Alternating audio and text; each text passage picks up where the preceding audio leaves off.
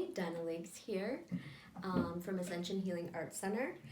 I am a Ascension Catalyst, intuitive healer, inner child healing specialist, and I teach everything that I know. I have a healer program, and I just wanted to share some things with you. Sorry, my little kitten's playing with my dried flowers. I'm afraid she's gonna pull over the vase. Anyways, so I just wanted to talk a little bit today about grounding, and how grounding is so important in managing our energy and protecting our energy. Grounding is actually our first layer of protection. There is an actual thing where many people don't feel safe to ground to the earth, especially amongst empaths. This is a common thing because they feel like if they ground to the earth, they will take on the earth's, the chaos of mankind, and they associate the energy of Gaia with the energy of mankind. But this is not so. It actually protects us when we ground.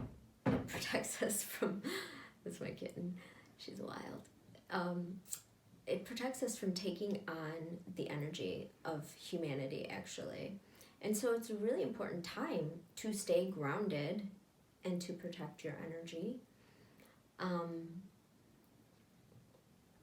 And for the ascension process, we must learn to reconnect to the earth, connect to the heavens, connect with ourselves, and become a conduit for the fifth dimensional energy and bring it to the earth and hold it so that all can shift.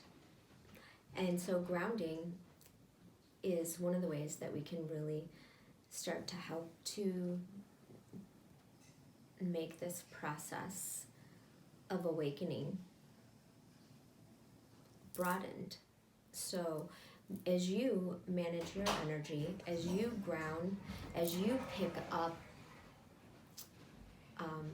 and make yourself stronger, as you do what I call the energy hookup, which means you connect with the earth, connect within yourself, connect to the divine,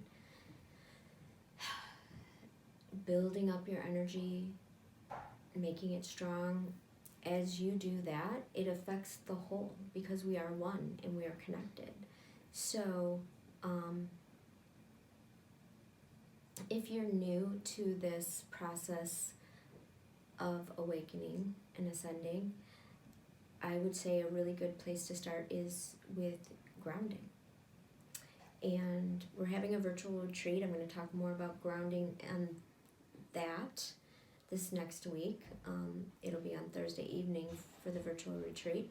And then I also teach a class called Managing Your Energy that is good for everyone, but especially empaths and people who work with people on emotional and physical levels.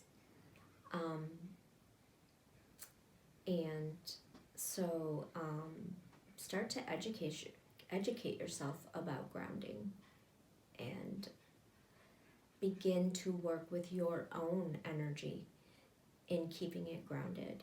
And besides energy exercises for grounding, some things you can do are walking, being in nature, using certain grounding stones. The black and the red stones are very grounding. And Young Living has a oil called a grounding oil that helps you to stay grounded. So those are some things to help you begin your journey with grounding your energy.